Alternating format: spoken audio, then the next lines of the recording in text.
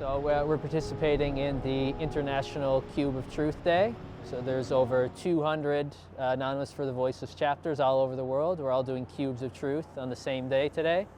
And the purpose of the Cube of Truth is to do outreach, educate the public about the reality of what goes on in animal agriculture. So standard practices in slaughterhouses and on farms. And we're showing footage to the public to wake them up about those realities and make them rethink about their contribution to exploiting and harming animals.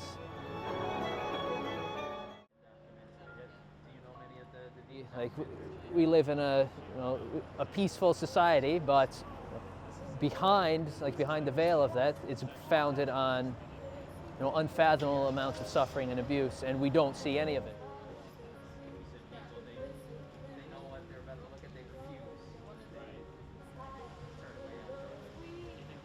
Yeah, that's terrible. That's how they're treated, like commodities. That is terrible. Yeah.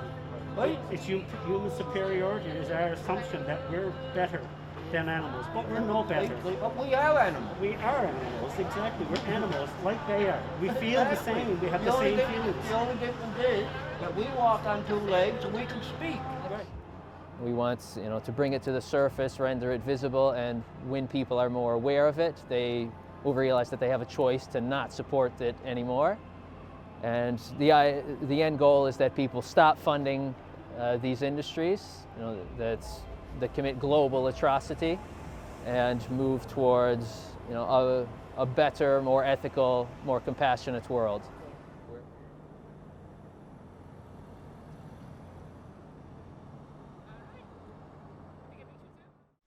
For me, I went vegan when I was online looking at some videos, and it was a video of a cow going to slaughter, and I could see the fear in her eyes and realized that she was aware and and afraid and traumatized, and she knew what was going to happen, and so it really affected me deeply, at the time. And then so I thought, well, maybe that's a one-off thing or something. So I researched more about animal agriculture and the slaughter industry and the factory farm industry and other animals like chickens and cows and pigs and stuff.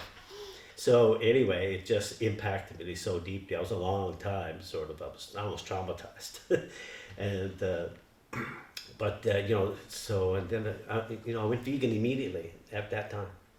Well, we started back a number of years ago, I guess, and there was everything from vegan potlucks to just simply protesting in front of fur shops. Yeah, pretty well immediately after I went vegan, then we got involved with the Save movement and started St. John's Animal Save.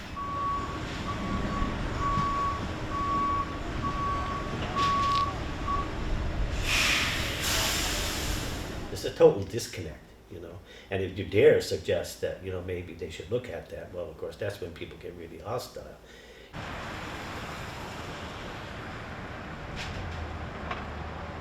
They all love animals, but they still eat them. Mm-hmm. So they don't really love animals, they love dogs and cats. Right. Is what they love. And what they say they love animals is this disconnect.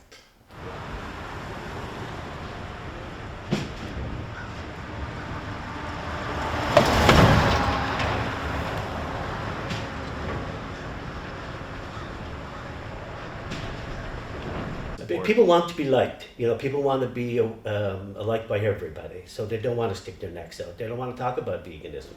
They're okay with being vegan. And I think that's the way it is. People, okay, you can be vegan, that's fine, but respect my right to eat animals. I'll respect you, you respect me. But of course, not understanding that, it's not the same thing. Sure, you can respect me for being vegan. I'm standing up for animals, type thing. I'm not eating animals because I don't want them to suffer, but I can't respect your choice to make animals suffer and die because you like the taste of their flesh. I'm sorry, I can't support that and I can't respect that, so to me it's not the same thing.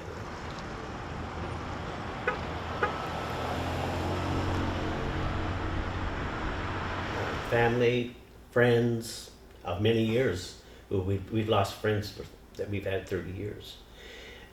Because of it, because of our stand about animal rights.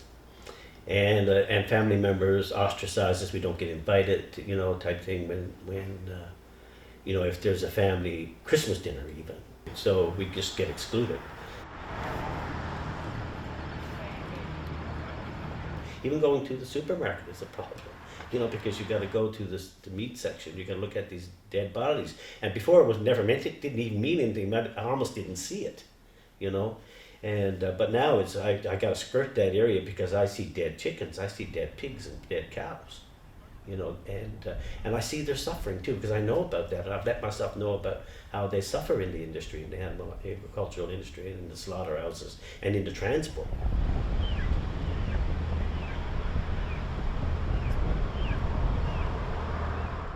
It's worthwhile because I think the world will change. I think we're it's in progress. It's happening.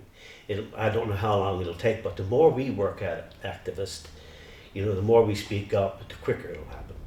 As we did with slavery, I can't believe that people, supported slavery or, were against gay people or women's rights or all those things. So, I think it's going to change, and in 50 years we're going to say that was abhorrent. Oh yes, I can't believe we ate animals. I can't believe we treated animals this way.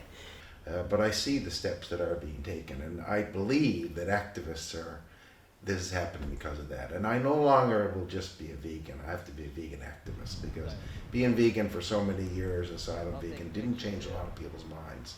Even though, yes, it's hard for me. Sometimes I feel like I just want to give this up because, the negativity that sometimes you get online, your friends, family, and fellow vegans and stuff like that. You're just like, why do I do this, But I do this for the animals. Exactly. That's we do it for thing. the animals. That's what it comes down to. So, It is not for the environment and health, and those things are all extras and pluses, but we're doing it for ethical reasons for the animals, so they don't suffer anymore.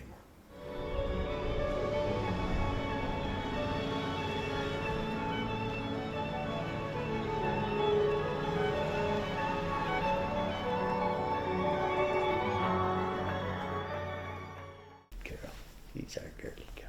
He's our girly. Huh? He's our little girly. What do you think, Gracie? She wouldn't know what to say.